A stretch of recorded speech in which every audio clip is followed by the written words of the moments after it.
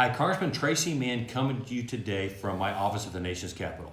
It's been a busy time in Washington, D.C. and the district since the last Mann Minute. Here are some highlights. While home in Kansas, it was great to join the Kansas Farm Bureau as their featured speaker for their virtual town hall. Those that tune in ask me questions about issues important to Kansas Ag, including the stepped-up basis, estate taxes, rural broadband, climate discussions, and my work on the House Ag Committee. I summarized legislation I supported that eliminates the stepped-up basis and the death tax. I also discussed the recent Ag hearing on rural broadband and the importance of access for rural America. It's always good to hear directly from producers, especially friends like those at the Kansas Farm Bureau. While in Kansas, I had the pleasure of speaking at the Kansas State Rifle Association dinner. The Second Amendment is a load-bearing wall, and I provided an update on the legislation that I've supported to uphold the right to keep and bear arms. The legislative session started up again in Washington, D.C., and I was busy working for Kansas. This week, I introduced legislation to stop President Biden's 30 by 30 executive order. I am deeply concerned with President Biden's land grab attempt. This 30 by 30 proposal could potentially strip away Kansas' private property rights to meet an arbitrary climate goal. My legislation works to protect Kansas agriculture. I will fight back against the Biden administration and stop any seizure of Kansas private property. Another issue I focused on this week is reopening our economy.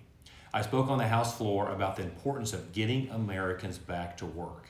It has been more than a year since the pandemic shut down the country. We are getting back to normal.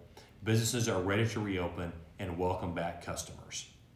Unfortunately, the President Biden bonus is paying a premium for potential workers to remain at home rather than finding work.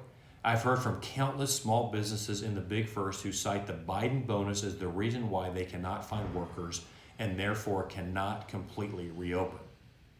There are nearly 8 million jobs open in America right now, a new record, and the data doesn't lie. This is unwanted interference in the marketplace. It is time to take off the mask, get our kids back to school, get our businesses open, get people back to work, and get America back on track.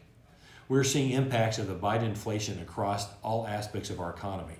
This includes the astounding increases in the price of lumber. Due to this massive increase in cost, I joined my colleagues in sending a letter to the U.S. Trade Ambassador, encouraging continued negotiations with Canada and to help provide relief within the supply chain through a trade agreement. I also spoke on the House floor in defense of our ally Israel. As we speak, and as we've seen this week, our ally Israel is under attack.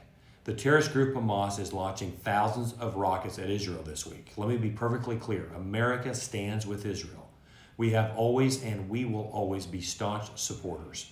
On the House floor this week, I also cast my vote for a bipartisan Veterans Affairs package that included 2 bills I introduced: the Affordable Housing for Homeless Veterans Act and the VA Equal Opportunity Counselor Modernization Act.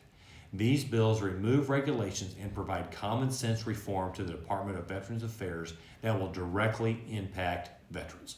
This effort shows that caring for our veterans is a bipartisan issue, and I will continue working for Kansas veterans and their families. And last but not least, I want to congratulate the 1st District Congressional Art Competition winner, Mann. Her artwork was selected out of more than 20 submissions and will be displayed in the U.S. Capitol for 1 year. It can also be viewed on my website at man.house.gov. Although Mina and I have the same last name, we are not related, and I look forward to meeting her along with our amazingly talented high school artists from around the district. A big thank you to all the members of the Manhattan Art Center for judging the submissions of our art contest and to all the students who participated. Finally, my thoughts and prayers are with those impacted by the flooding in Northwest Kansas. It was a relief to hear that there have been no injuries or fatalities.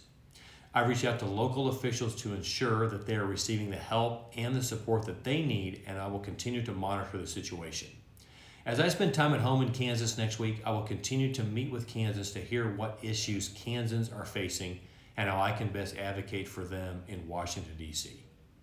As always, if me or my staff can do anything for you, please don't hesitate to reach out or to contact us through my website, man.house.gov. Until next time, thanks for listening to the Mann Minute.